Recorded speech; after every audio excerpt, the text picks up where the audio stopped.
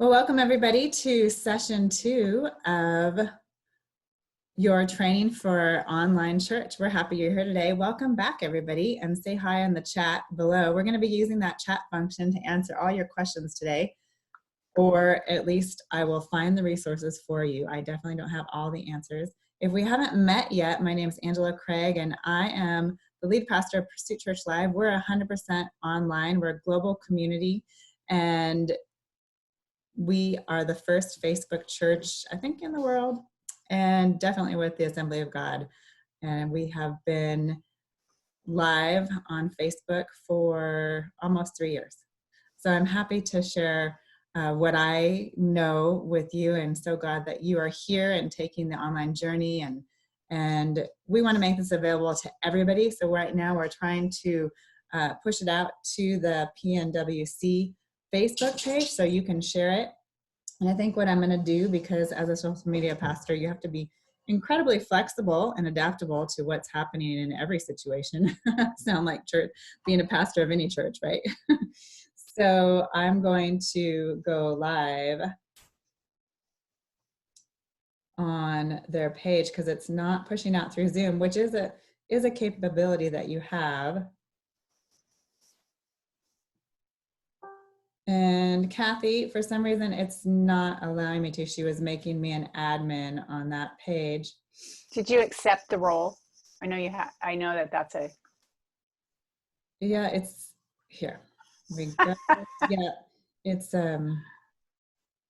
have to accept the role. All right. Here we go.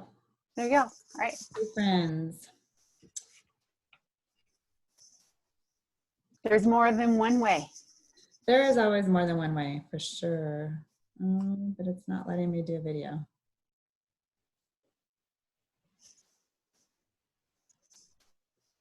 Sorry, friends. Stay with us. Put your questions in the chat, and I'm going to be answering those.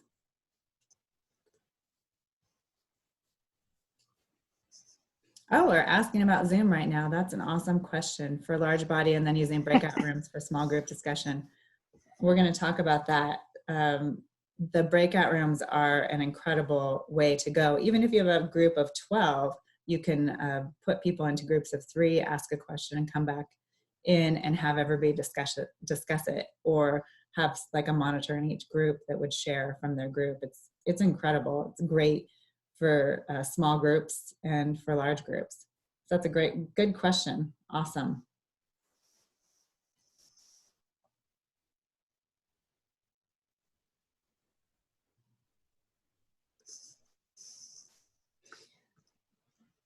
Okay.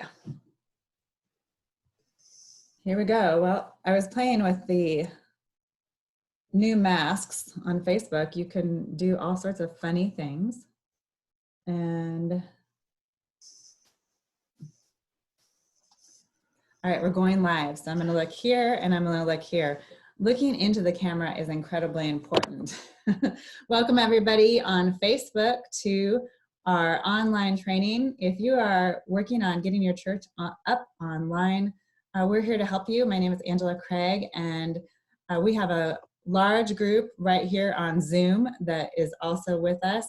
And so we're happy you're here today. On Monday, we had training number 1, and that video will be available to everyone who's watching. And you can download that. It was 2 hours being fed from a fire hose. That's how I put it.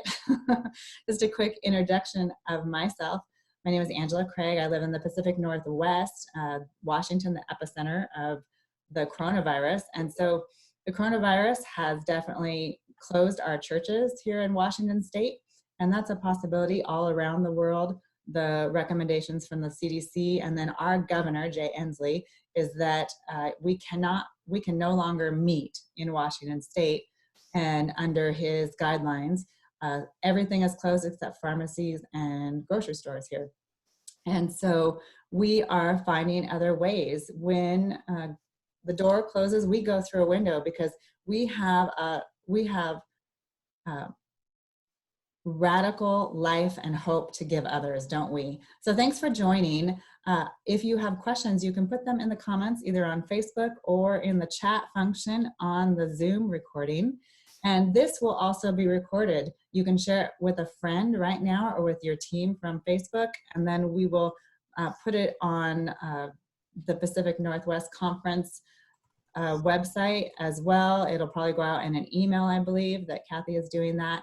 And I'll also put it on my blog and on YouTube. So there'll be lots of ways for you to get it. So thanks for joining today. Last week, I'm going to go just over a little bit over what we did, a little like cliff notes of last week's meeting. We talked about what do we do when our church closes, and it was really kind of a quick start guide of getting online. And so I talked about how we need to be adaptive leaders in this world of the coronavirus, right? Don't we, friends? We need to help remove obstacles for people to learn. So you need to know your audience, you need to know your congregation, and is online going to work for them? Or is it better for you to have a conference call with people? Facebook is an incredible, simple tool, and 2 billion people a month come to Facebook. And so that's why we chose it at Pursuit Church Live to be our main platform. As a social media pastor, I can tell you it's an incredible tool. It's a large toolbox that we can use every day. And really, if you use just the smallest amount of it, just going live on Facebook, you can serve your community in a powerful way. We talked about, I gave 4 reasons why I recommend Facebook over live streaming. Live streaming is for the average church is incredibly expensive. It's incredibly time consuming to a learning curve. You need a team of technical support along with your equipment. It's hard to create community in a chat function. Now you might think, well, Facebook has a chat function, but Facebook is a little different. Let me give you an example.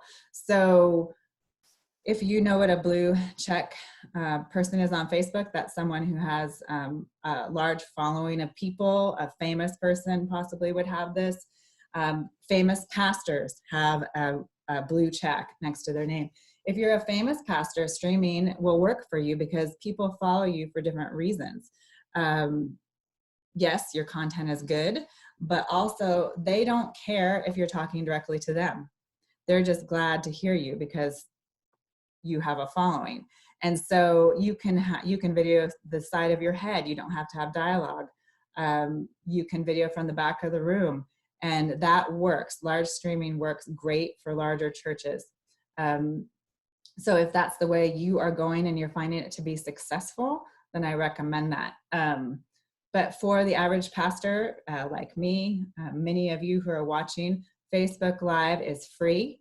You don't need anything but your iPhone tripod, like I showed you a little bit ago for those that are watching on Zoom. And Facebook wants to promote your content. What was the other thing that, when I started doing Pursuit Church Live, we started using OBS. It's a free software that you can stream. And we were streaming to YouTube. We were streaming to our website, which is very popular for streaming. And what we found is everybody was converting from Facebook to our website, or converting from Facebook to YouTube. And so it made no sense to spend an enormous amount of my time as a pastor working technically to get everything up onto the website every month, onto our app every month, onto YouTube every month. That's very time consuming. When I could just go live on Facebook and then dedicate those hours and those resources to our community instead. So in daily discipleship instead. Our resources at Pursuit Church Live go right back into our community. We're all bivocational. We made that decision as a team early on that we would give our money back to our community. And so we sponsor a nonprofit every month because the community that we serve is going to be a little bit different than yours, although you will find that you have people watching from all over the world. Our community is diverse. We're in 43 countries, 45 different languages. And so many of our community are people that need resources. They need education. And so we're starting with the help of Northwestern University. Shout out to Northwestern University. That's what I teach there as well. We are going to start online ministry school. And so people from all over the world can do that. All right, let me see what else we talked about last week.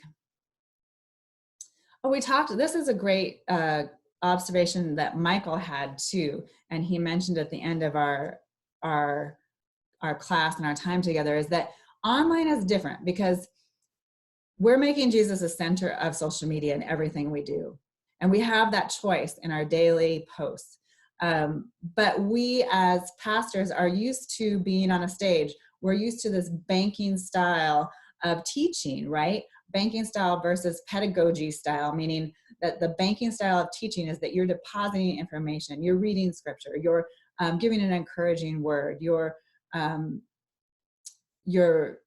teaching in a preaching manner. Now, pedagogy is reflection, dialogue, and change through community. So this is what we see in the early church, really, is that people got together, they reflected on scripture, they dialogued about it, and they practiced it, and their lives were changed. Well, in the church today, we do that through Bible study. We do that in different ways, right? Where we're gathering in smaller groups.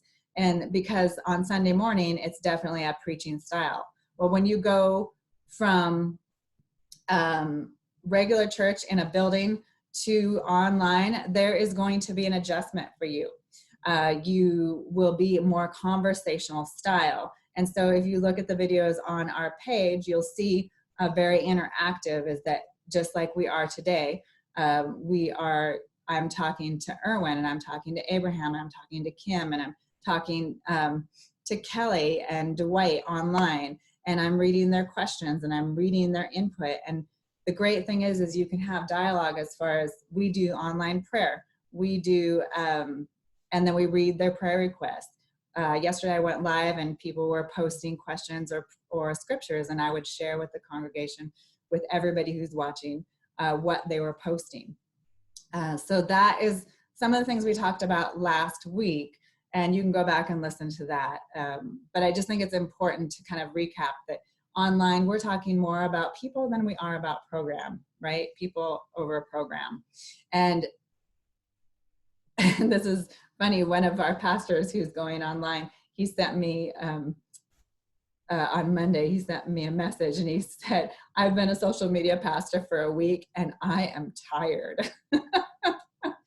It is different because you are going to be available 24/7, even though you don't know it, because now they have 24-hour access to you.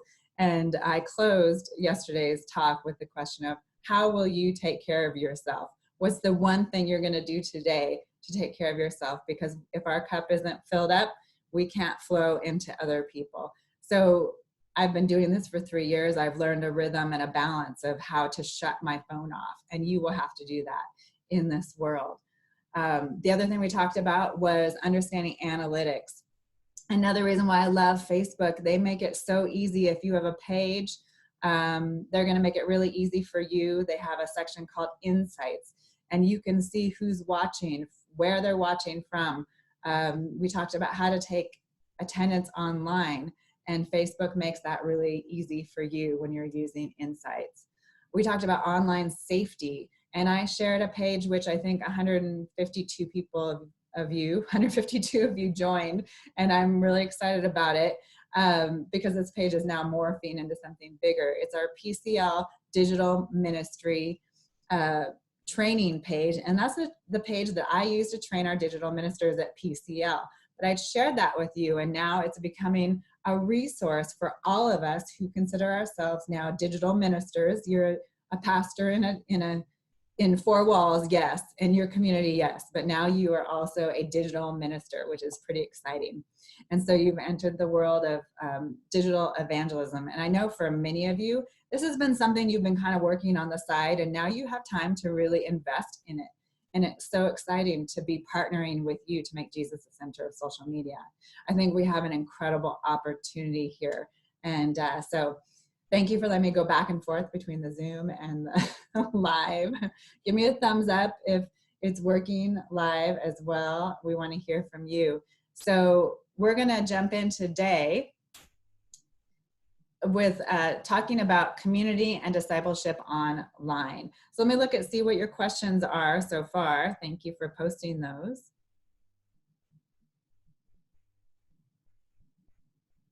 And this is great. Okay, so lots of questions here.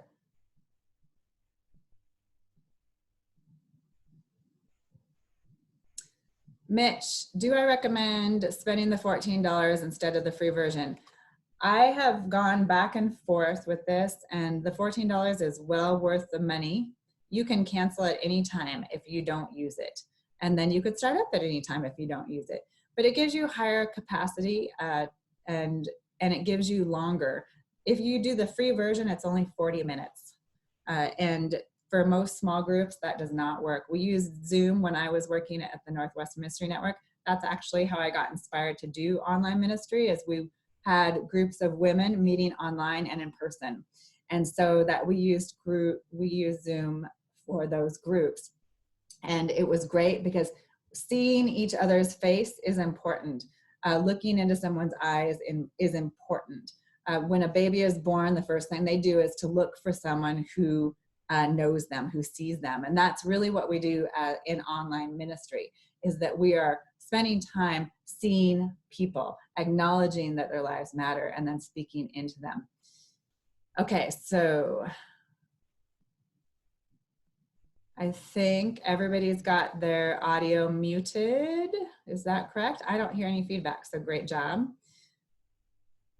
Do you have to pre-make units, or can you live post and put them into the units later? Okay, this is something we talked about. I'm gonna do actually a little tutorial, and I am sorry for people that are watching on Facebook Live. You're not gonna be able to see this, but it will be in the video later because I can share my screen on Zoom. And I'm gonna show you how to use Facebook groups for your small groups. Now, there's other options as well that I'm going to recommend to you. But first, let's review the difference between a page and a group. A page is great for your global community because people from the outside, it's like the yellow pages. It can be the front door to faith for people. So think about it. People aren't going to your website anymore. They're going to go to Facebook. They're going to look at your page, your church page, and they're going to see the interaction. They're going to see if they see a fit. They're going to hang out. And the great thing about Facebook is you can be anonymous and kind of check out what's happening there. Now, from that page, you can create a group. And Facebook right now really wants to promote your group because they feel like the smaller groups, although they can have up to 5,000 people, are where community is built. And so you want to be able to create that. You can link them, and then people that are on your main page will be able to see your group. So if you go to Pursuit Church Live, you'll see that we have a prayer group. We have a women's group. We have a women's prayer group. We have a PCL discipleship circle. So you can see all those things. You can see the digital ministry training. And so you have the capability of making your groups private, which I recommend. And then you have your public page, which is where you would do all your Facebook Lives for Sunday service. You would invite people to come to your group for deeper reflection on maybe the Sunday sermon. But you could do it all on your main page. It's public. The thing about pages is you have a lot of control over content. You do in groups as well, but there's not as much dialogue on a page. But for the person who's coming to look at your church, and it's a great place to show who you are and show that you care. You want it to be 10% of advertising events and 90% of sharing the gospel. That's my advice.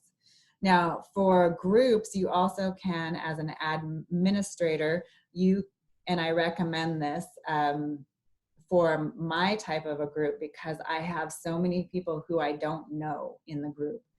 And so I approve the comments before they get posted. But people can post pictures, they can post any kind of dialogue or share something from a different page. Hi, Dustin Weber on Facebook. Nice to see you. And you know, that is a wonderful thing. Good morning, Dan Neary from the Northwest Ministry Network. Dan Neary is my area leader, actually, so he's watching. Thank you. So we're talking about Facebook groups right now and how important they are. We can build units, which I'm going to show in just a few minutes on the screen in the Zoom call, so you can get that recording later if you need it. Facebook has incredible tutorials. YouTube is your friend. You can Google anything for Facebook and find it. So I definitely would want you to do that.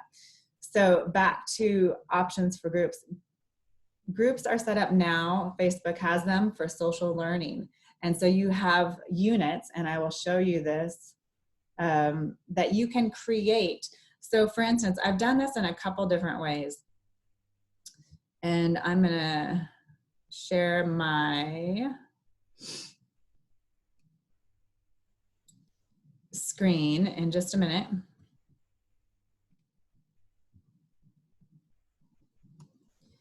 I just have to get it up here for you. But we have used this in a couple different ways. You'll see on the PCL ministry training page that I have done different units, learning units for people to learn how to be a digital minister. So, and then in my PCL discipleship group, we have done units on themes. So like forgiveness or unity or whatever the church was going through at the time, we basically then broke it down to a daily discipleship in units. And maybe one of our team members would go live, or this is an excellent opportunity, and I hope that I say this 3 or 4 times, to be able to raise up the next set of leaders, because it's a great place to practice online discipling others. And we are people that are making disciples who make disciples. So this opens up the world of opportunity for the people in your congregation that you don't even know, that want to be a part of discipling in your church. And so I hope that it will just blow your mind. I did post a blog today about one of our team leaders here at Pursuit Church Live, and she tells her story about being someone who has autoimmune diseases, can't leave her home more than 4, I think she said 4 times a year in her blog, and can't go to a local church, and how it has changed her life to be part of the PCL community online and also leading a team. She's able to have incredible purpose, and it is so great to have partners like that in ministry, because God has a purpose for every person until they take their last breath. There's no retiring from sharing Jesus with the world. So just give me 1 second to get to my Facebook page here that I want to share with you. And I will try to walk through for everybody who's on Facebook. You could go, actually, why don't you do this? Go to the PCL Digital Ministry Training page, and I will, if you ask to be a member, I will let you in. And you can see what I'm doing. And so for my people on Zoom, let's get you going here. And I hope this is helpful. Give me a thumbs up if it's helpful to you. We're talking about using groups for our small groups. You could do this for any different kind of group.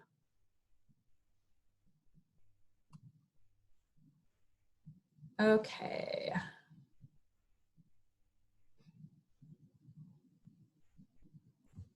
One second, friends.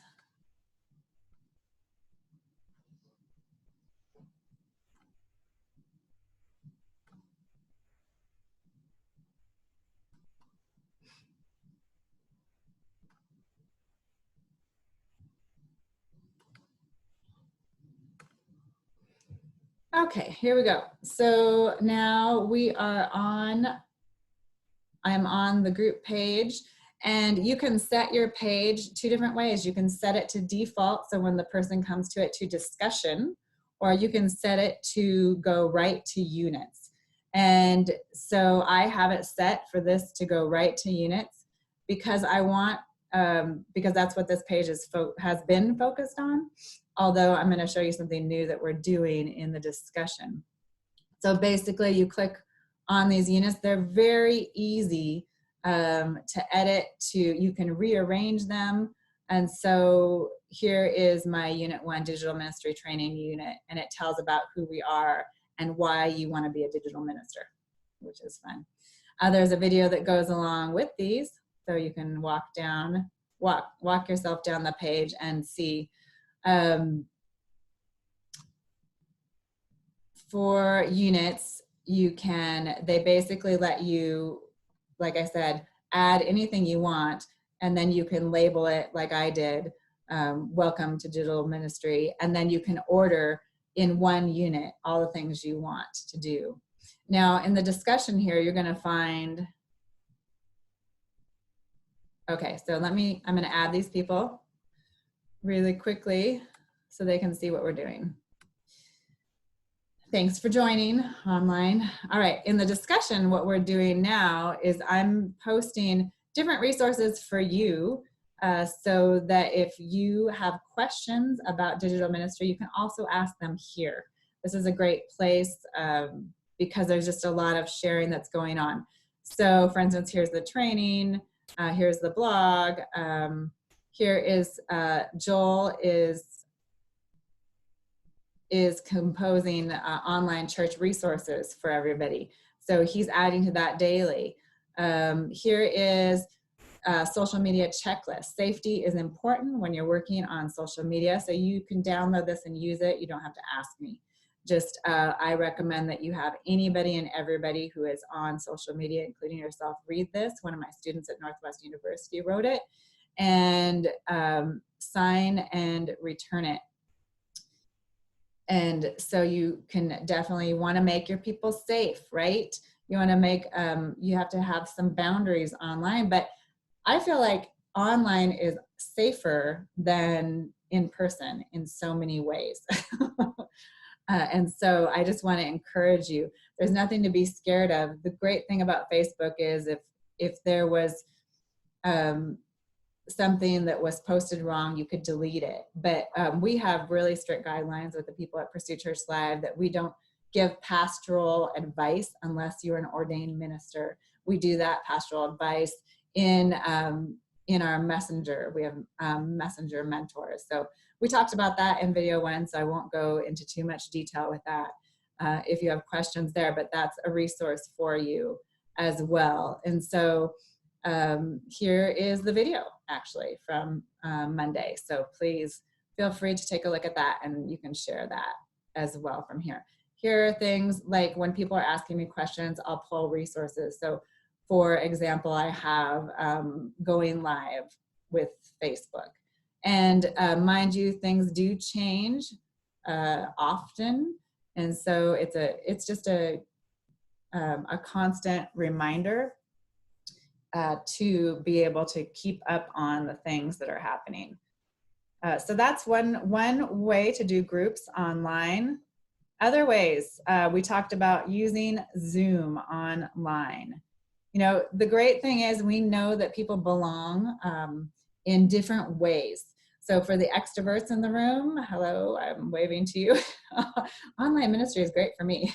So I think that more people than less are kind of a mixture of introvert, extrovert. It would make a good book if anybody wants to write that. But we know from studies and research that people, they belong, either they're better at one-on-one, small groups are 3 to 6, social circles are like 7 to 16 or 20, and then large corporate meetings, which the church really is.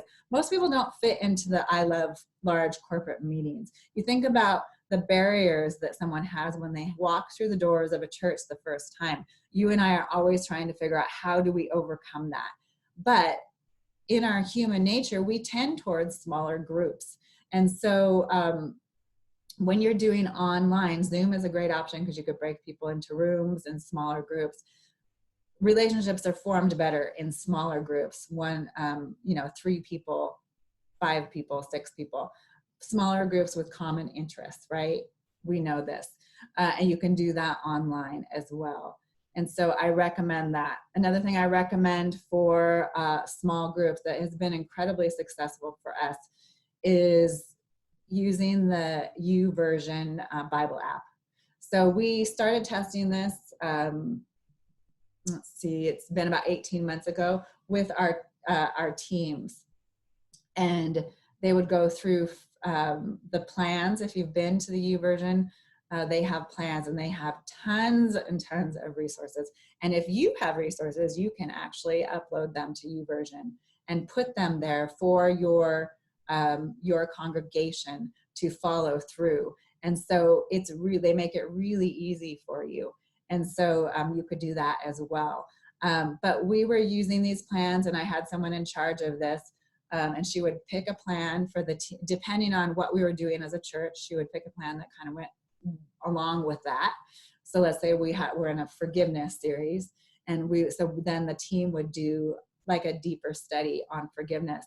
And what we found is we had 100% attendance. Like sometimes people would miss a day, but then they'd come back and finish. And so these 5 to 7 day plans worked really well for people. They kept their attention because we switched it up every week.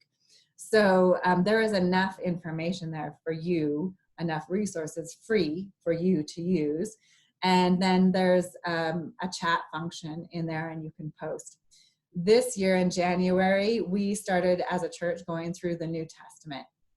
And so we do that in the Bible app. I lead a group in the Bible app, and then we have other leaders that are leading a group. And so we could keep the group small. So I have 31 people in my group, and we're like on day 78 or something now.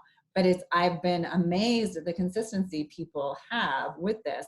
So what we do is then we tailor it to our main page and our groups. Is that we're talking about right now, we just started the book of Luke today. So we'll invite people just to join for the book of Luke.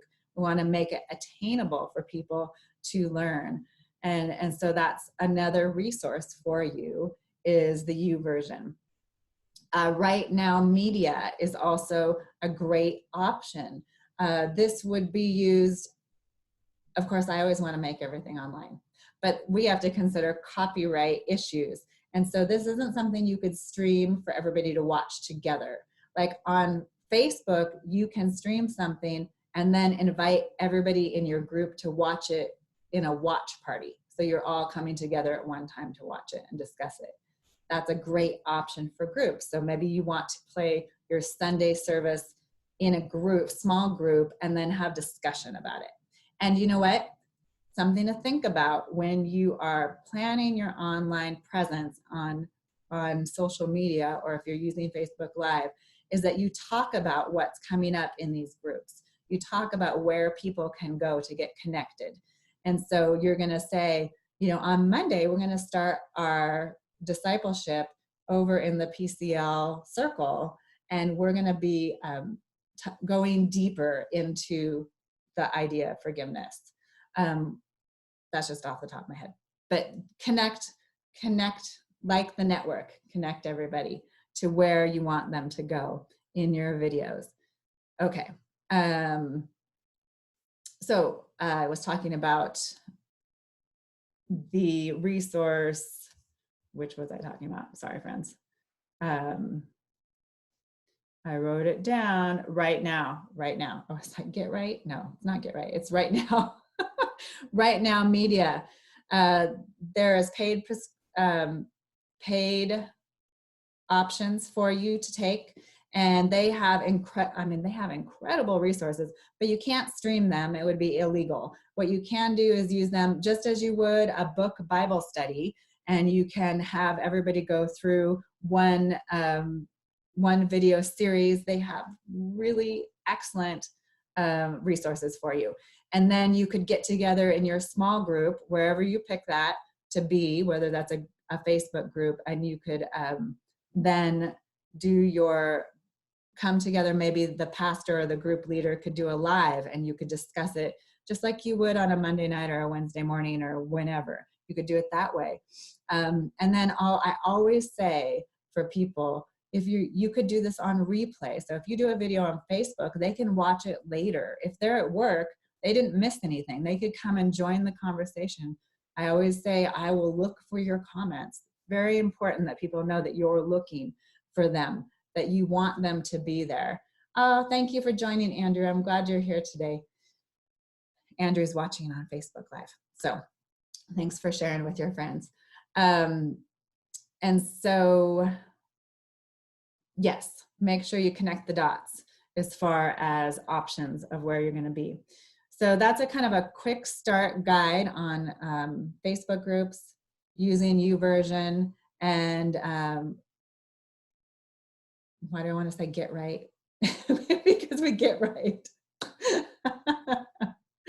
Right Now Media. They're going to love me. I could be their spokesperson. Get Right Media. All right. Let me get to your more questions that we have. We have tons of questions. And if you have questions here, I want to, and thank you for putting that in the comments, the links. That's awesome.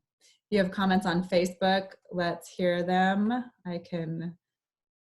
Sometimes I can multitask. Let's see.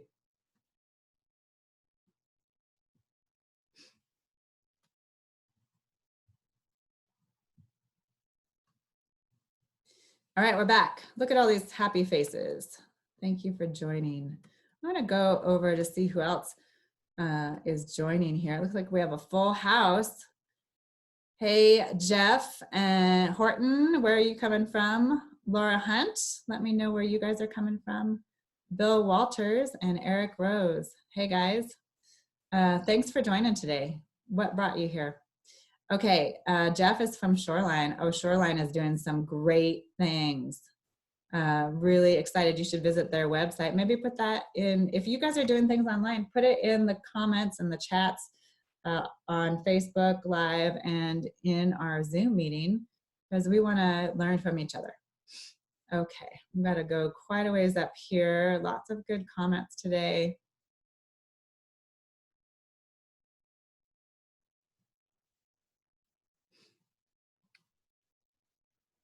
Looks like someone, Abraham, thank you for posting the information about Zoom. So everybody check that out, Abraham's notes. Abraham, you should join our, or is it Laura? Sorry, I'm not sure which is sometimes our face, like we had Huggy Bear yesterday, so sometimes our Facebook names or our names on Zoom aren't our actual names. I've thought about being creative like that, but maybe you could join the digital ministry training page and share that information. That would be great. All right. Oh, Hanny from Egypt. Welcome. Welcome, my friend. So glad that you're here today. All right. Good. We covered that. Kids resources, Open Network, Kelly Ward. Yes, thank you. Open Network is an awesome resource. I will be making a resource list from the things we talk about. And I love Open Network. You can get kids resources, adult resources, graphics. You can get sermon notes that are very helpful, and different themes. I mean, whatever you need. If you haven't been there, I highly recommend it. They also, Open Network has a free streaming. Again, I personally do not recommend to most people that I talk to that they do live streaming because of the resource drain it can be. But it can also be a really awesome help if you have a larger congregation. Okay, we have a video for our small groups. Can they watch it together in Zoom? Mitch, I have been trying to figure this out. In fact, I called Get Right Ministries I'm joking now. Right now, media is what it's called. And I asked them, how could we share this so we can do it in a group? And if it's your video, you could share it by sharing your screen. But if it's someone else's video, unless it's on Facebook and they've made it shareable, then you have to be careful of that copyright infringement. So it's always better to err on the side of asking the person or asking the organization first. I would love it if Right Now Media would make their videos available online. Now, this is what I was going to say, is they do have short clips you can post. So if you do want to do a discussion, so you have people at home right now during this pandemic, or people at home when there's not a pandemic that can't come to church, because I know that's like our biggest thing right now as pastors, is how do we do daily discipleship? How do we get people to come to church? Well, if they can't come to church to the building, you have them do their Bible study on their phone, watch the video in the video series you're doing when they can, and then join the Facebook group to be able to do discussion. And Right Now Media does have small, excellent, these videos are made with excellence, I'm just telling you. And so you can share the small clips to your page and to your group to get people excited about what you're doing. You can make graphics or use some of the things that they have as well. Okay, so that is a good point. Thank you.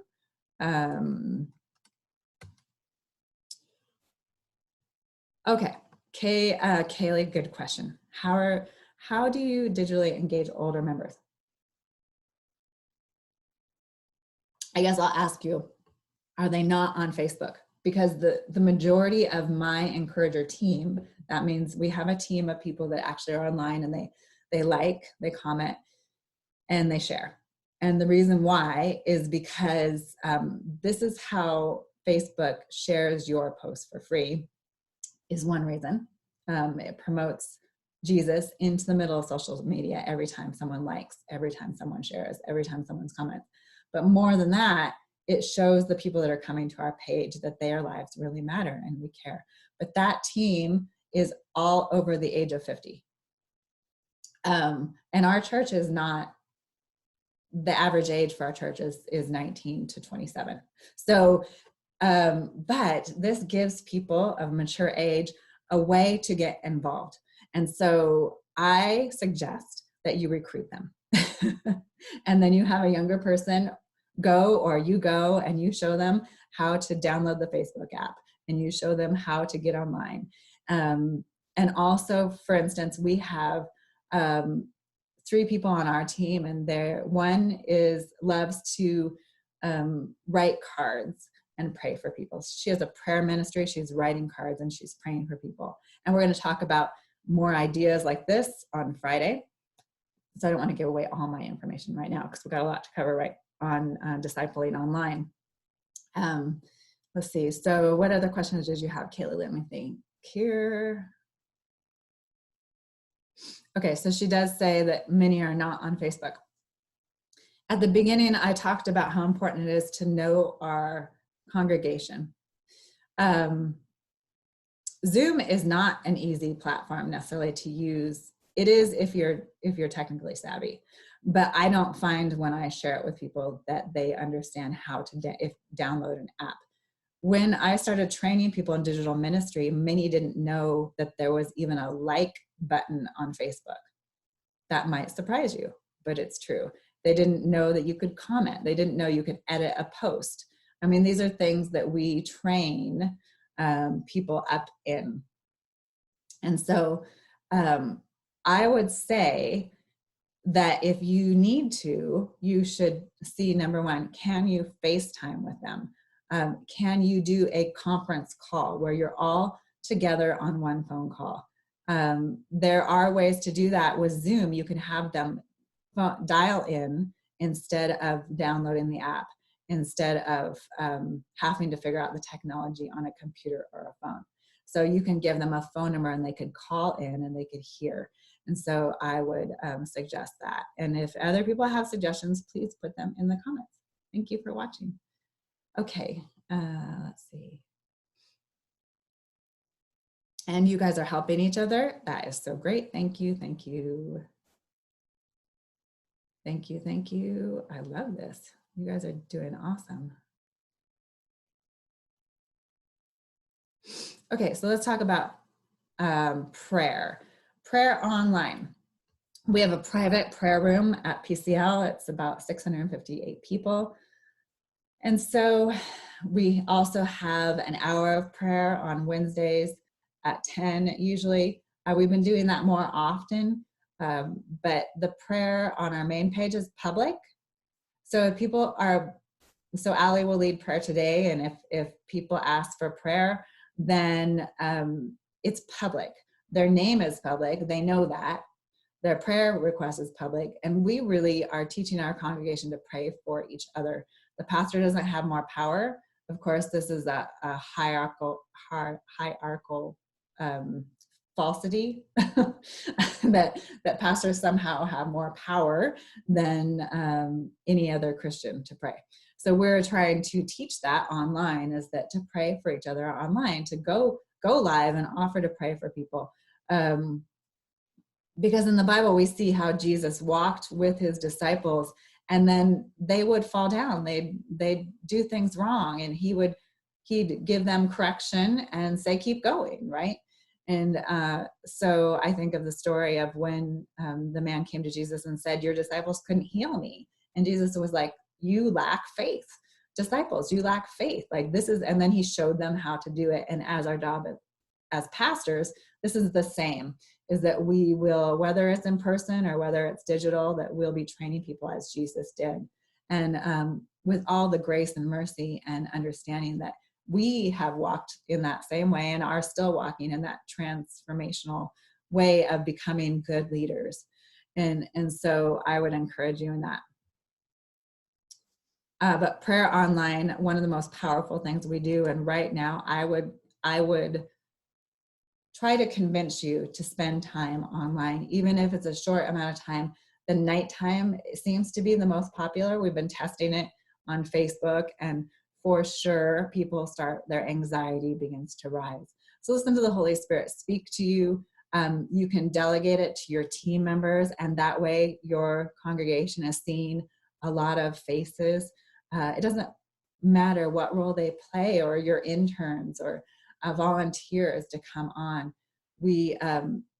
It's really, really a blessing to see that happen, to see everybody being a part of making disciples who make disciples. So the prayer, that is how that is. In the private, you think about it, private groups are not totally private, because someone could copy and paste that prayer request out. So there is that. You want to make sure that you make a good description in your groups as you are starting them. And we talked about this on Monday. There's a place you want to make a description of what you're about. You can set questions for people to enter your groups that they have to answer before you let them in. And so I recommend you do both those things to protect your people. Okay, let's keep looking at your questions here.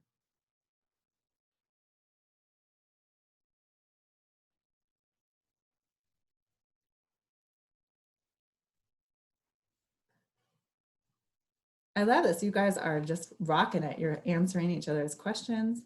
I wish I could bring you all online.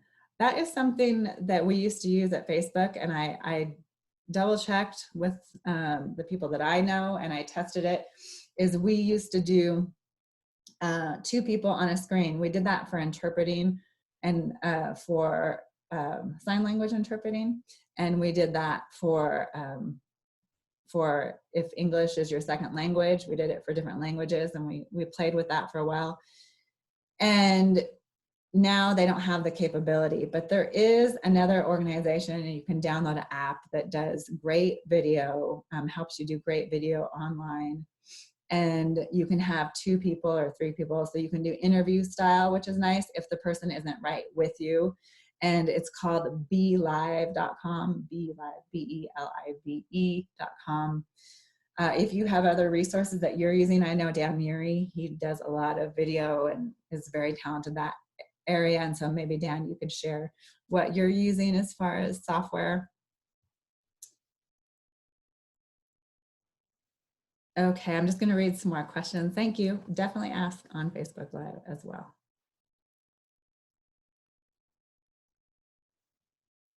Okay, did I let's see, is this Adam? Adam, did I answer your question about page versus groups?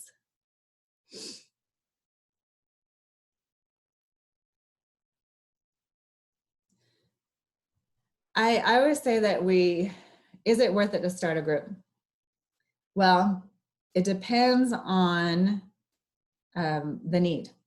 For instance, I haven't done a lot of training videos for digital ministry because there wasn't a big need until a week ago.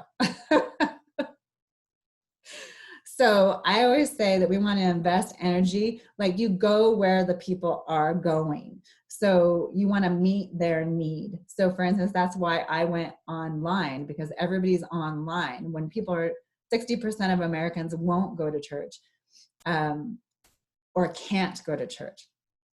And so, but they are online, and they're online 4 to 6 hours a day, sometimes more. So I wanted to be a part of their lives, like Jesus went to people. So I think we have to decide when we're looking at groups, the purpose of the group. And I think this is the question that Adam is getting to. What's the purpose of your group? Don't just start a group because you have a page. Now that would be bad advice. If you, I've done that. That's why I can tell you. You have to have a purpose around that group, a commonality on that group, like our prayer room is a common purpose for people to come to. Our women's Equip Her group is a common group for people to come to. Our PCL circle has a common theme to it. And so right now it's New Testament and we're starting the book of Luke. So I hope that helps. I would say you have to test it for your community because you don't know what's going to work and what doesn't. My stuff is not necessarily going to work for you. I have 14,000 people from, 43 countries. So it's an interesting mix to meet.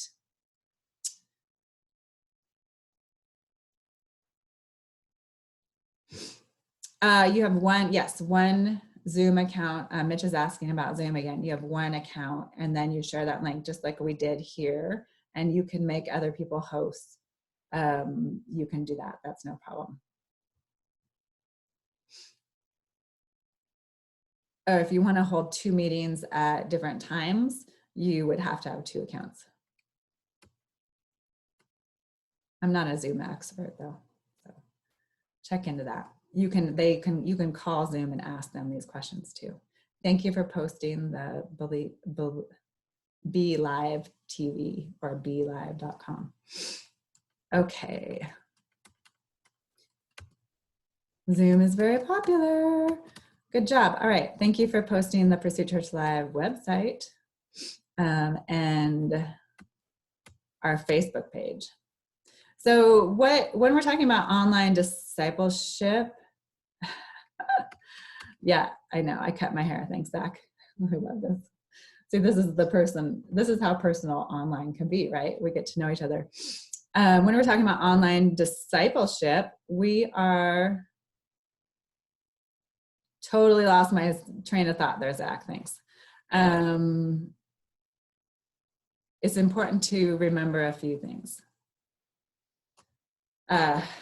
Number one, we can disciple every single day online. So think about the things you can do to bring your people together, and whether they replay or they watch later. Am I back? Our internet just went down. So give me a thumbs up if you can see me now. Yes? Thumbs up if you can hear me. Oh, thank you, Abraham. Appreciate that. Okay. We're talking about discipling online and how we can do that well. The way that people are learning in social, in our digital world, social learning, we call it, is in micro moments. Now, I'm also an online teacher, and so I want to encourage you in this type of learning. There's lots and lots of research out there, and I could share that with you if you're interested. but the research shows that many times people will learn faster and better in micro moments, as we see happening on social media. So I give this example of my kids who, they grew up going to church, and every day we get in the car after the Sunday sermon, and I'd say, "What did you learn?" And they would look at me, and in every situation they'd say, "We learned about Jesus." So if we look at the way that we learn as humans, of course they were learning something, right? They were learning something really valuable. And but the way that we learn is we will pick one little thing. So when someone comes into your congregation and they sit in the first row or the back row, it doesn't matter. We can't tell when their brain shuts off, or when their brain starts thinking about their to-do list, or a stressful situation at work. Online, if you're online, you can see if they click off, right?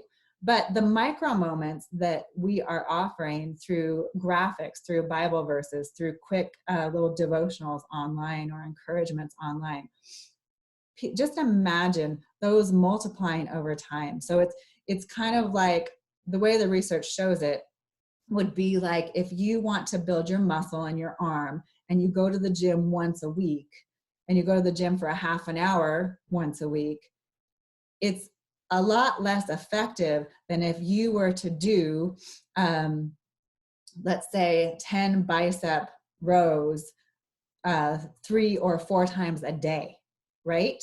So this is the way that micro learning works, is that if you are investing time in your online presence with making Jesus the center of social media, and that's small pieces of information at a time, people are building their spiritual strength much faster than they would if they just come to church on Sunday.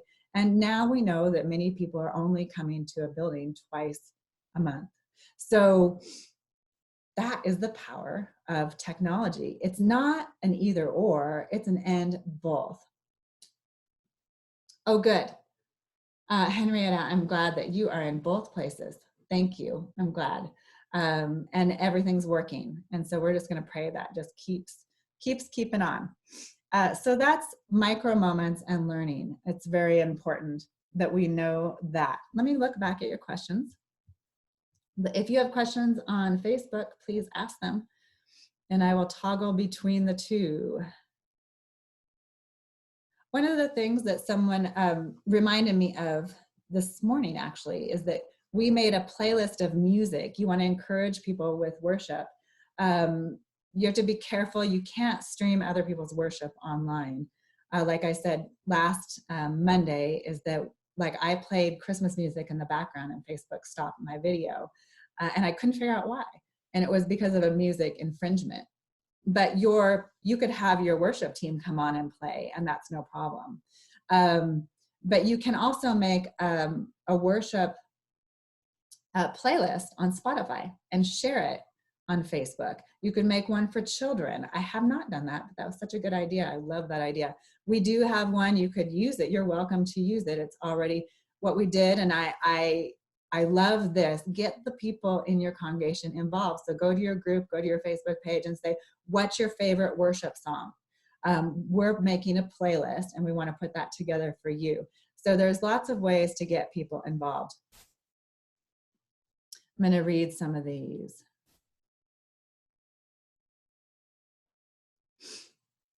I love this. So Kaylee's talking about, Kaylee, can you share this idea in the PCL Digital Ministry Training page? She's talking about making family activity bags and YouTube videos. And we're going to be talking about community care on Friday. And so I want all your great ideas in this world where we are, I don't like to say socially isolated, but physically isolated from each other. How do we create community? How do we serve not just the people inside our churches, but how can we be an example of faith and hope and love outside our churches? And so this is a great tool that Kaylee is sharing.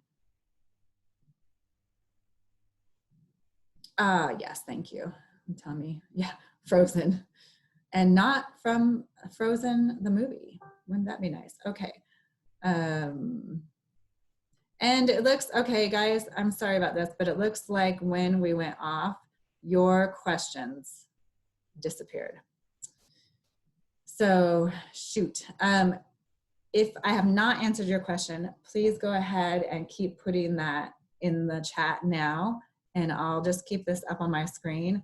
I'm gonna look at my notes that I have, and also the time, because your time is so valuable. It's 10:10. How's everybody doing? Do you need a glass of water? Bathroom break? I'm gonna get a sip of water. So excited to be able to come from all parts of the world to share this journey together. And I hope that you're encouraged. I see that there's several of you, Andy, see that you guys are there together as a team. That's awesome. I love seeing that. So I want to be a help to you. Type your questions. One of the other things about online discipleship that I love and was surprising to me is how much people connect online and build relationships. And so the reason that is, the psychology behind that is number one, this is a safe place. You come to social media and you're anonymous, first of all. You check things out, you find people you trust, and that trust then leads to vulnerability.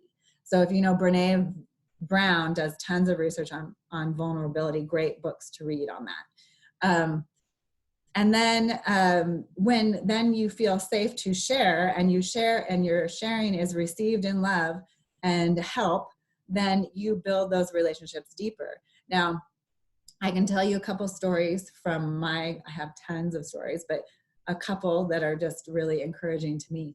When we had our first in-person Pursuit Church Live gathering this fall, people came from the United States. Half of our congregation is in Africa and other parts of the world, but people came from Colorado and from Washington. And the great thing is we came into this room, many of us never meeting before, all ages, disabilities.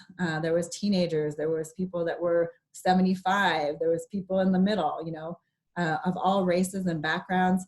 And it was as if we had known each other. We had been in person all of our lives, but those relationships had been formed over 18 months.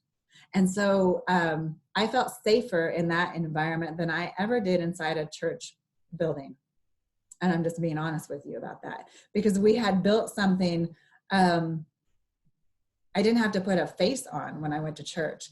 And so this is part of the power of dialoguing online, is that you start to realize that no matter who you are right now, or what you've done in the past, or what mistake you make tomorrow, that this group of people will love you and stand with you. And they're not going to deny you that acceptance that Jesus gives you, because they are being like Jesus. So very important. Another story is of one of our members at PCL was going through a tough time, and another woman she's in Whidbey Island, and then another woman in Texas, and her had a common issue.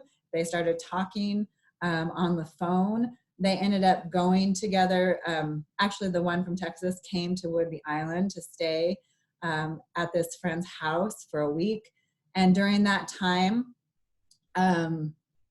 they prayed together. They did Bible study together, and their lives were transformed, taking care of each other, because the woman in Whidbey Island had become very ill and depressed. Well, this wasn't something that I knew about. And so someone else in the congregation here in Texas took it upon themselves to care for this woman. And the husband came to know the Holy Spirit. They ended up doing a series of videos together on their personal pages to confess how good God's love and grace is, and how he had brought them together on social media, and now they're best friends. I mean, that's an incredible thing. I mean, sometimes you go a lifetime without a best friend, or someone to pray with, or someone to confide in, or someone who will love you at your very worst. Those are hard relationships to find. So I just encourage you that there's a lot of power in discipling online. What's the biggest thing that you have discovered that does not work and we should not waste our time on? Well, a lot of things. The main thing that comes to mind is streaming content, because like I said, how time consuming it is, and a financial burden. I say go simple. People just want to know you care. Now you think about, my nose is running, sorry, a little cold in here. One moment. Hey, Brett, can you tell Dad to turn the heat on? Thank you. Our heat went off because it's not used to us being home during the day. So, and it's like 30 degrees outside. So the biggest thing I would say, and I've talked about this before, is streaming. Also, I think simple is better. And I had this in my notes for discipleship. Simple is better. You don't have to invest a lot of money or time in what you share. I have learned some graphic design just because I like it. And I use the app Spark. And so you can do it right on your phone, but you don't have to create your own graphics.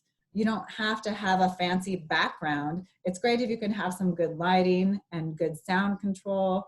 But what's more important is that you are pouring into the person, that you put the people before the program. And so the biggest things I would not do is spend a lot of time on producing and trying to look like Elevation Church or Life Church TV, and really move more into the aspect of what we're called to do as pastors, is to love people, to be praying with people, that kind of pastoral care side, which you can do a lot of in Messenger. I highly recommend Messenger for discipleship. I have some pretty strict boundaries as far as my personal page is my personal page on Facebook, and my church page is my church page. And so I ask people, because I want to give them my full and undivided attention, to message me on the Pursuit Church Live Messenger page. And so that way we can pray together in private, we can discuss things in private. And then we also have Messenger mentors who are also other pastors who are there as well to help field messages. Other things I wouldn't do, I'll think about that. But I think those are my top things. Is you don't have to be anybody else. God called you to this community. And just imagine if Stephen Ferrick would get on live and interact with the people that are watching. Wouldn't we all? I mean, we would love that. Like pastors that we have high respect for, Andy Stanley, Greg Rochelle, things like that. But they're streaming, so there you can see the difference right away between those things. If you have, it creates a personal bond and relationship. All right, Shannon, great question. How have you seen communion and baptism work online? All right, so this is something, yes, I did mention. We do communion when we do prayer often. And so basically we'll prepare people ahead to bring what you have, bread and a drink, or it doesn't even have to be a cracker. It doesn't have to be that specific, but some form of bread and a drink. And then we teach them how to do communion as the early church did. Like they came together in whatever place they could, because it was a time of persecution, and they broke bread and they drank the wine. And then we really focus on the reason they're doing it. And then I invite them to invite somebody to do it with them. So to get a smaller group online. So that's how we do communion online. Teaching baptism, that's a little bit tougher. Jay Crandall has a great blog. You should follow him. He has been doing online ministry. They stream from Saddleback for a zillion years. So, well, 10 maybe. But he has a ton of videos, and he talks specifically about how they do groups online, how they do communion, how they do baptism.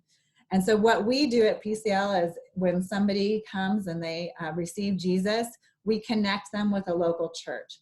And so if they don't have a local church, then we find, like, do you have a friend who follows Christ? And most likely they do, and they can baptize each other. So this is the way that we are following in the footsteps of the early Christians. We will get it done whatever way we need to get it done. And so we have to be flexible outside of the church box, which came later and is so convenient to be able to go to your church and have be able to baptize people there, or bring in a hot tub, or as we did at my old church. Well, hot tub, that's relative terms.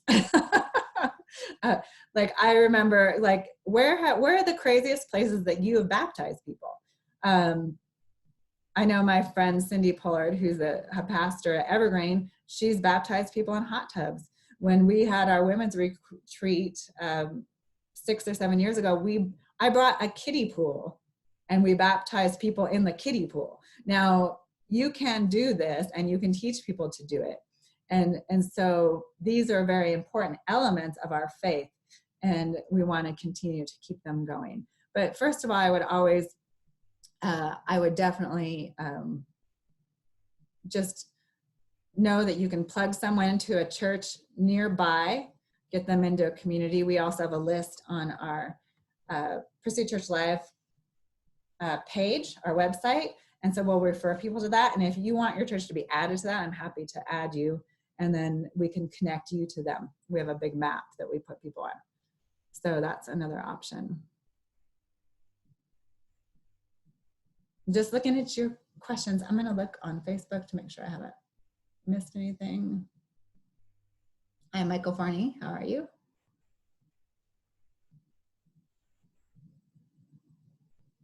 Okay, good there.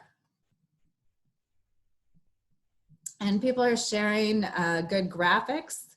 Word swag is great.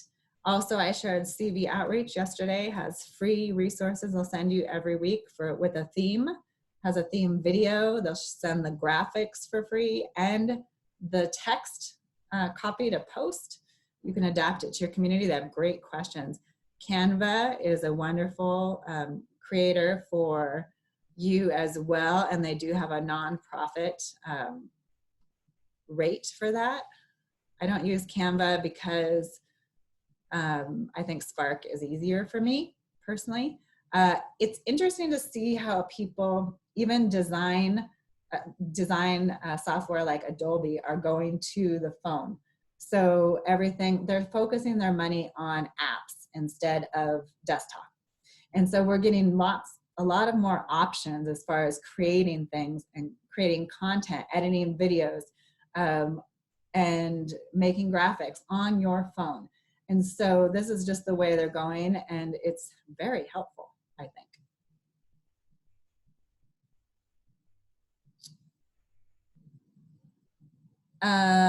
Totally free graphics. Yes, there is totally free graphics.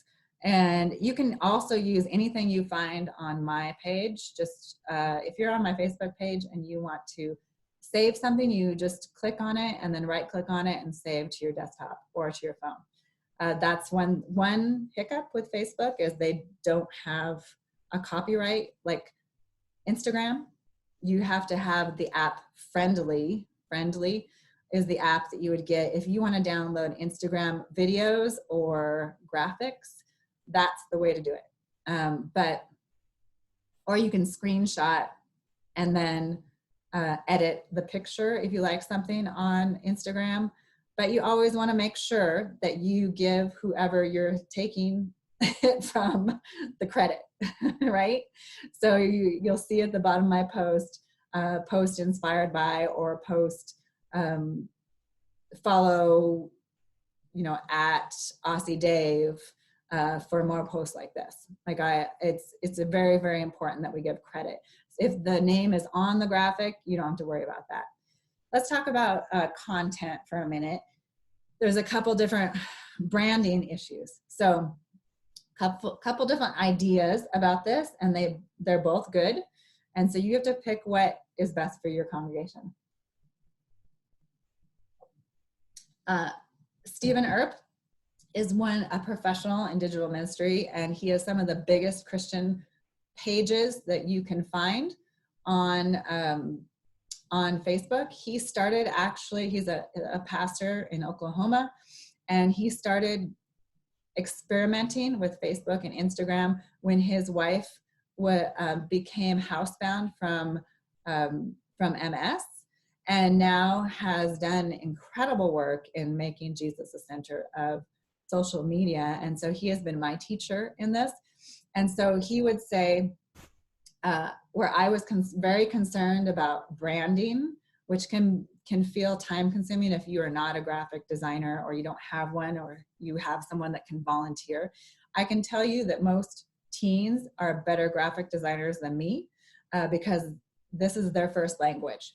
And so you can start to recruit people in your church that are younger, or that you don't even know have this. I mean, just start asking on your page or your Facebook group, who loves to do XYZ? Who loves to do graphics?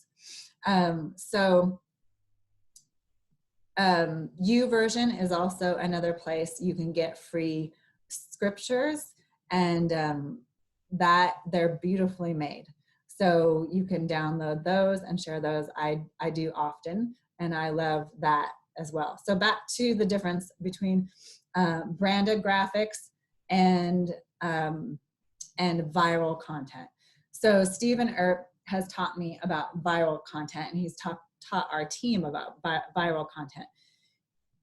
If you go to Instagram, for instance, and you go to someone's page and you look down to see how many likes they have, viral content would be, let's say someone has 1,000 likes. You would look for the content on their page that has 3,000 or 5,000. So that's going to be one that is very popular.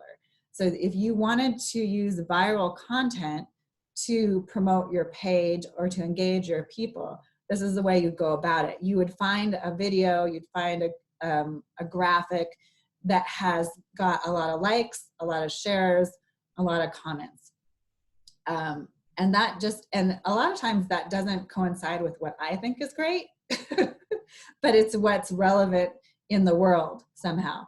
Of course, we're talking about content that's true. We're not, it's not fake news. This isn't what we're talking about, but you're smart enough to figure that out. So, so this is the way that Stephen Earp built these Facebook pages that became over 1 million people, was sharing content they like.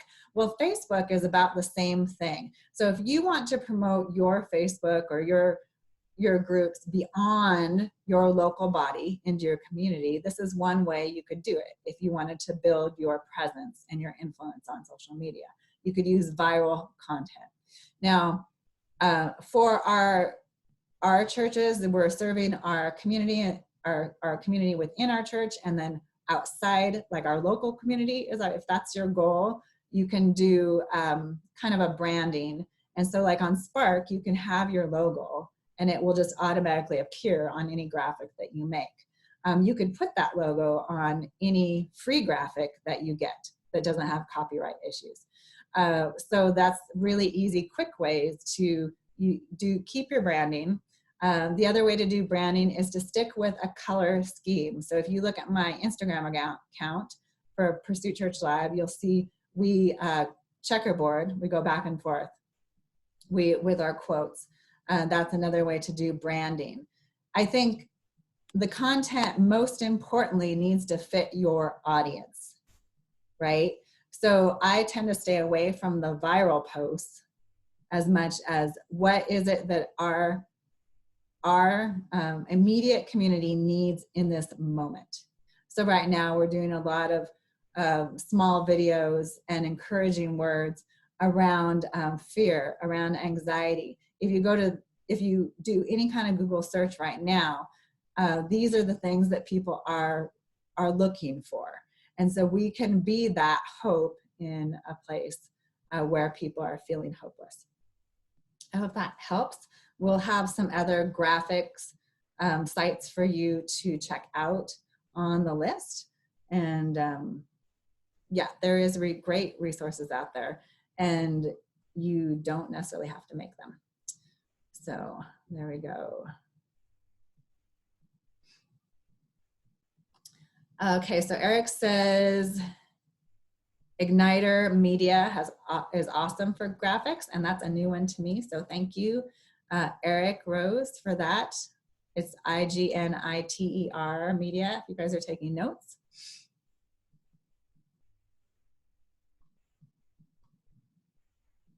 How do we assimilate virtual participants into in-person church? A good connection card resource. All right, so Jay Crandall has a great example of this on his Facebook page, and I used Google to make ours. It took me 5 minutes. And so basically then it emails me when someone fills it out. I also have one on our website so people can get connected and tell me like, how can we serve you best? And I could post that for you if it would be helpful. More graphics, Word, Swag, and Canvas. Canva is free unless you go to a pro account. True. Good job. All right. Abraham, Repost for Instagram is a great app for doing just that. Can you explain to me more about this? He's got, oh, Repost. Got it. See, that's new to me too. So Repost Plus, looks like that's a good one, like Friendly. And Eric says air1.com has some great scripture graphics. Air1, AIR1.com for anybody out there that needs scripture graphics. That's great. All right. Let's look at my notes because I want to make sure that we cover everything as our time comes to an end. Okay, so we talked about having a purpose behind what we post, having a purpose behind our groups. You want to have a plan, just like you're planning with your groups for sermon series.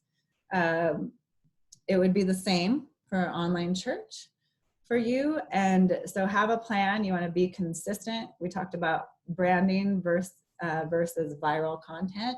That would be a personal choice of what meets the need of your congregation. Keeping it simple and consistent. We want to be simple and consistent. And then also make a calendar and then use a software like Buffer or Hootsuite to schedule your work. One of the things I noticed when I started doing social media is it felt a little overwhelming because it seemed like it was all the time that we were doing these things and that I was online, you know, with either answering someone's message and, you know, have you ever experienced this where your phone, you're getting a text and then you're getting messages, you're getting emails and you're getting messages from your Facebook on your computer and you seem to be going from one to the other, like it's like digital ADHD. And so I do my best to keep a schedule so that I have certain times where I am not on the computer. And then I will use Hootsuite or Buffer to schedule my posts for the whole week. So then I don't have to look at that again. And then make sure that you just keep some space. So, and you have to turn things off because the more you do digital ministry, the more messages you're going to get, the more emails you're going to get, the more Facebook notifications you're going to get. I would say sometimes upwards of 2,000 notifications a day. I tell my husband, if you ever want me to look at your Facebook page personally, you'll have to tell me to go there because I am usually fielding all of our church's things first. And so that's my priority. So make a priority, make a calendar that works for you, but make sure that you're turning things off so that you can focus on the important things at hand. Because you could be on social media 24 hours a day. All right, let me see. We have 2 new chats.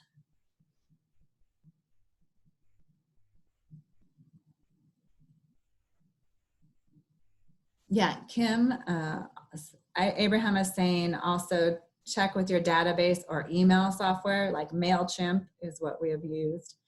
they can create forms. So Google Forms, or maybe whatever you're using to send out emails. That is good advice. Saves you a step of collecting the information, then retyping it into the same place. All right. And Gary says, what were those scheduling options? Can you tell me? Maybe he's asking something of someone else, but let me know if I missed something. I'm happy to, if you have a question about something I'm saying, I'm happy to say it again. And let's just see what's happening here over at Facebook, the world of Facebook. Yeah, thank you for posting all those links. That's helpful. Okay, so we talked about discipling online, being consistent with your daily posts. I do know that there is a trend with Facebook. Sometimes less is more and sometimes more is more. Right now we are in the more is more phase. And so what you'll see is with your Facebook page is it will go up and down. You can just be assured that if like one day you get 100 likes and the next day you get 1, that's totally normal. That's the world of Facebook, it's the world of algorithms, but it's still important that you stay consistent. So I would say, first of all, evaluate how much content you can put on. Who is the team that you're going to build? And we're going to talk about that next, that can help you with that. It can't just be up to one person. And so be consistent, keep it simple. And then also, I think a pastor's devotional is a really wonderful way to talk to your community. So if you have a time that you're spending with God and you want to share what you're learning personally, that's a very meaningful way of communicating. If you are a leader and you have been doing a preaching style of service for the last 30 years and you think, oh my goodness, how I can't switch it off. Well, it's a great, keep doing what you're doing, but then invite other people that you're raising up to use their different strengths and gifts and differences to reach a different part of your community. And so it's a great way to use a great tool, Facebook or other, to train up other leaders. So I'd like to hear how you're doing that. Here's a question, Erwin, thank you. When you post on a Facebook page, you are the admin to, does it always automatically always show up on your personal feed? No. Is there a way this happens? Yes. How this happens is and I can't show you my phone, I'm sorry. This is actually a question we talked about yesterday in the PCL discipleship, or the PCL digital ministry training page. There is when you look at a post, it'll have a little circle and it have your picture. And if you click on that, if you're the admin of your church page, it'll give you the option to post as your church page or your personal page. So a lot of times when I started this, I would share something and not realize or comment that it was going to my personal page because I hadn't looked to see that little circle was actually, I was the admin for my church. So you need to check. This is a glitch in Facebook. On the back end of the settings on your page, you can actually tell it that you want, when you're on that page, you only want to comment as the admin from the page. So for example, for me, I could say I always want to be Pursuit Church Live on the Pursuit Church Live page, but it doesn't work. So manually you need to check every time. And so people that are admins on my page, they've learned they have to check every single time to make sure, do I want to respond as myself or do I want to respond as Pursuit Church Live? And there's lots of times that we respond as the church. There's lots of times I change it and I respond as me, the pastor, or me, Angela, part of the congregation, because I feel like that. So that is a good question. I hope that answers your question. There's, like I said, Facebook is a giant toolbox. Use the tools you need and leave the rest on the side for sure, but that's a good one.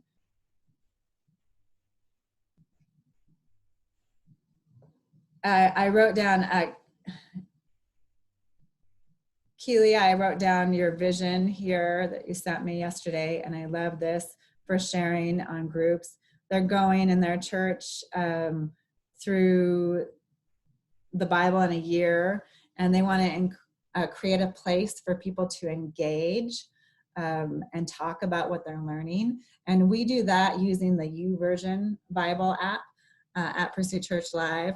But you could also do this in a group, and we talked about having a purpose and a theme around that group, and then having someone come on, and you can do this in different ways, doing a small devotional or asking questions. I think the live videos are the most effective, but you have to decide what you want, what you have time to do, and what you want to do. And again, this is a great time to recruit other people and have your group leaders be leading these interactions. We have a whole training document for leaders, and I can share that with you. It teaches them how to set up their phone and what to say, like how to start the conversation, what not to say, more importantly. But again, we want other people to become disciplers, and they have to learn that. And so Dr. Douglas is saying, how about Bible Gateway as a resource versus Youversion? Bible Gateway, as far as I know, and is where we access the Bible.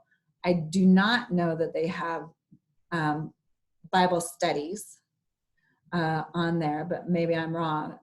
The way that we're using Youversion is by the app. Everybody can join the app, read the scriptures together, and then comment on those scriptures.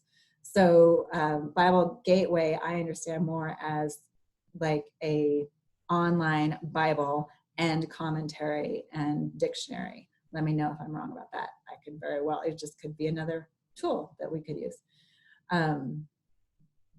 Where do we find the training for group leaders? Well, training for group leaders is very similar to in church, but we have then this extra layer of things that we need to teach them about what it means to be discipling online. And so that's where the social media checklist comes in on the digital ministry page. You can watch those videos, and then you can create videos similar to that for your training your leaders that I've done for social media. You could invite them to watch those videos. You could download them and watch those videos together if that's helpful. Because I've done it for 3 years, it feels more natural to me to help people with online social media digital ministry. And so let's talk about that, leaders, in just a minute. I just want to make sure that I got through everything here since our time is getting short.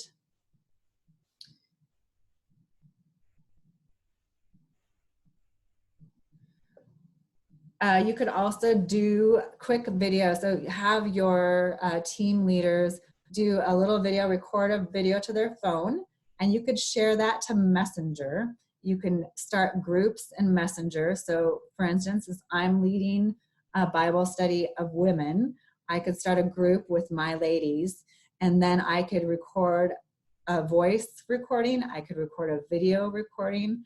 I could type a message in that group. It's a very powerful way to keep people connected. We use Messenger for our teams, and it's the place where we put our prayer requests. It's the place where our team asks questions. And then we also have a team group page where that's where all the information for our church goes, like what's the upcoming themes for the month, who's speaking on what day, those kind of things.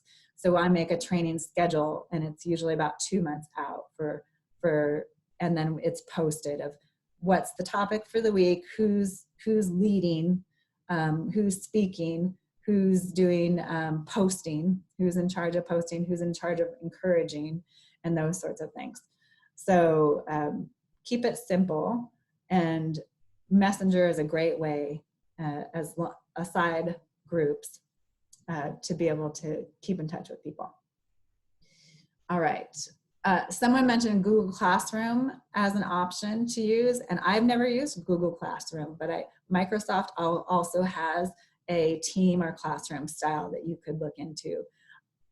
I feel generally that if people are already on Facebook, it's a great place to use Facebook, because right now it's hard for people to learn something, to add something else. And if there is an obstacle or a barrier, they won't use it. And so we need to remove those obstacles and barriers for our specific congregation.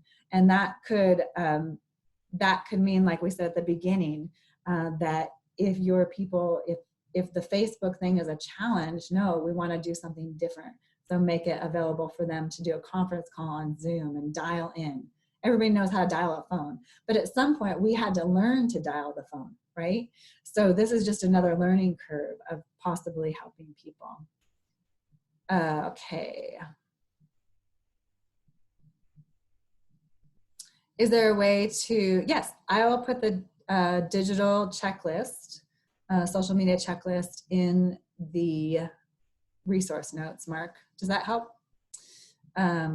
Or you can email me if I don't get it to you fast enough. Email, I know Derek emailed me yesterday and that was helpful, because I might not get that out until next week with the training that we're doing this week. So you can definitely just ask me for it and I could quickly just email it to you. So that's Angela@pursuitchurchlive.com. All right. Yeah, no problem at all. Happy to do that. It's a good resource. And if I forget, yeah, there's a lot going on. All right, so we're talking about engagement. We're talking about, so we talked about people over program. We want to ask questions.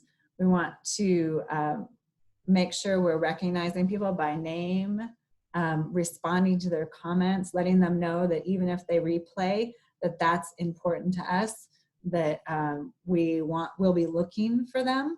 And the nice thing about this is getting people, oh, thank you, look at this. That warms my heart. Thank you, Erwin. He actually just posted the social media checklist for you to download. So that is how we work together right now.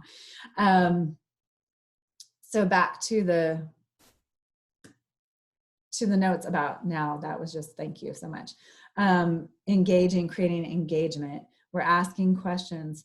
We're recognizing people by name. We're letting them know that we see that we're going to be watching for them to come back. And that's the power of digital ministry. When you're in the local church and you're on a stage, you might be able to say that once. I could say that every day. So, and then as follow-up in the local church, I don't know about you, but the churches I've gone to have been large enough that they didn't follow up with people when the person didn't come for a week or 2 weeks, or there was no follow-up. And so that's something we can do, is set up teams, and I will recommend to you, and we'll talk about that next week, is setting up care teams. We want to make sure people are seen, especially during this time of pandemic. It can be so lonely, right? And so we want to make sure that that people are seen and that they don't get lost in the midst. That's another power of social media over in person sometimes, is that if people come, when this is over and you keep doing social media, people come to your Facebook page or your Facebook group and you see them, maybe they don't comment, which is very, very common for people to just be looking at your stuff and not commenting. I can give you tons of examples of people that message me and say, I've been following, it's encouraging me, it's increasing my faith, and I didn't even know they were there. So you can, in a smaller group, click on who's watching and then reach out to that person. I wouldn't call them out in the comments necessarily, but I would reach out to them on Messenger and let them know that you see them. And that's where care teams come in, where you can distribute the work. We know that a pastor could really only pour into about 30 people well, right? But you have 300, you have 100, you have 1,000, that's going to be impossible for you to do. And so you need to be able to assign those people to someone. So think right now, who doesn't have a job in your church that could, you could make them a messenger mentor, or maybe you want to call it something different, but let me know what you do call it, because I'm always trying to come up with catchy names. But you want to then assign them 10 people from your congregation, and you're going to say, can you contact them once a week and check in with them and see how they're doing? Such an important way to engage. And these are the things that we do in many of our churches already in person, right? But as the church gets bigger, it gets a little lost sometimes. So we can do that easily by messenger. And I actually have a software where I can send out messages to people. And so that is nice. And it's personal, because I can personalize it to them. And it's not the same. I can share it with you, but it's not the same as like our email, where you put in, it auto fills with whatever the name the person puts in. So, and so it's a better system. And so I can personalize that, and that's nice. All right. Oh, we didn't talk about, there is something on your lives that you can do. It'll give you the option to do polling. I don't know if that's going to stay around, but you can also do that in groups, in just the regular discussion, which is interesting because it gets interaction. So you can ask people questions and get them talking. It's a good way to get them engaged. We want people to talk to each other. That's why this Zoom would be so great. If it was a smaller group, we would have everybody's auto turned off, right? With 100 people, it's harder to do that. But in smaller groups or in breakout rooms, you can do that and get people integrating in community. And so we want to keep working towards that. And when you're online, like I said, it is easier to be vulnerable. It's easier to be yourself. And then when you do meet that person in real life, you have a connection that's unbreakable. So that is something that you're going to benefit from in this time. Oh, Messenger. Okay, I do want to say this. If you want to get blocked on Facebook, they don't care if you post Christian content. They're going to block you if you spam people. So if you send me if you forward me your video every day and I don't respond to it, I don't like it, I don't dislike it. Well, I mean, I might, maybe I'll say, stop sending me videos or whatever, because you can click on that. Facebook now will say, do you want to see messages from Angela Craig? And you could say no. Well, then Facebook goes, oh, they don't want to see message from Angela Craig. And then they will block you. They will block you, and it's like a little slap on the hand. They'll give you, probation for 48 hours. Then it's 72 hours. I've seen as long as a month for people, and it's a little random. So I'm just saying, you have to be careful with the content that you share. We don't spam. We want to make it personal. If you don't have time to make it personal, this is where the team comes in to help you make it personal for people. Okay, let me check and make sure I'm not missing. It looks like we're doing good. You guys, I hope that this has been helpful to you. Events. Great, thank you, Sherry. That was on my list here. I don't want to miss that. Facebook is fickle about events. There's something, like, they want you to create them, but they don't necessarily holistically share them with others. I would definitely, as you are training your people to be online, you want to let them know that you're consistent. And so I would schedule out, and you can do this. It's on the back end. You want to make one event and then do a series. So you don't have to repost. You're just going to make a series, and you're going to put the dates and the times in, and it will make it very easy for you to make an event. So for the next, maybe you want to put in your whole series. So you're talking about forgiveness, and you say Sunday, Pastor Kim is going to be speaking live on Sunday at 11 o'clock, and then it will show every Sunday. And then you can put in the comments what it's about, and then share with a friend. Or like I like to say, who needs this today? You know, who could you share this with? Share it in a private message and invite someone to come to church with you on Sunday. There is lots to do as far as events, so I would definitely use events. Okay, so let's just talk. I want to spend 2 minutes talking about teams. Just, I think we've kind of done, we can just recap a few things, and then next on Friday, we'll dig more into this if you need more help. And bring your ideas for online training for teams as well. Right now, like I was recommending to my husband who runs an organization, I said, do you use Zoom? And he always has a meeting with his team in the morning, like at 7:30 a.m. And so I said, do you use Zoom? And he's like, no, we've never had to use Zoom. I'm like, well, now would be a good time, because people need to see your face. They need to know we're all on the same page. We're all in it together. And so I recommend Zoom for a meeting with your team when you can't meet in person. It'll be very encouraging for you and for them. Okay, so we know who we're looking for. Any Christian is someone that we're looking for. Anyone who's received Jesus, who God has a reason for them.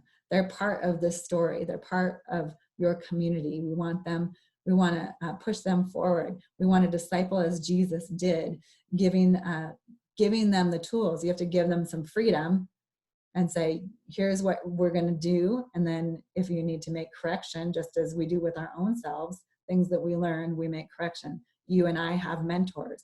We have people that are speaking into our lives. We're lifelong learners as Christians and leaders. And so we want to be doing that for our teams.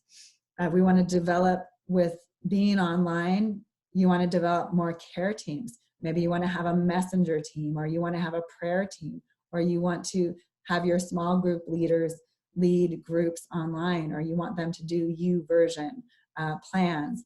This is going to be tailored to your church, and we can talk about this more individually or on the PCL Digital Ministry training page if you want, what's best for your church right now. And I want you to bring those ideas on Friday as well.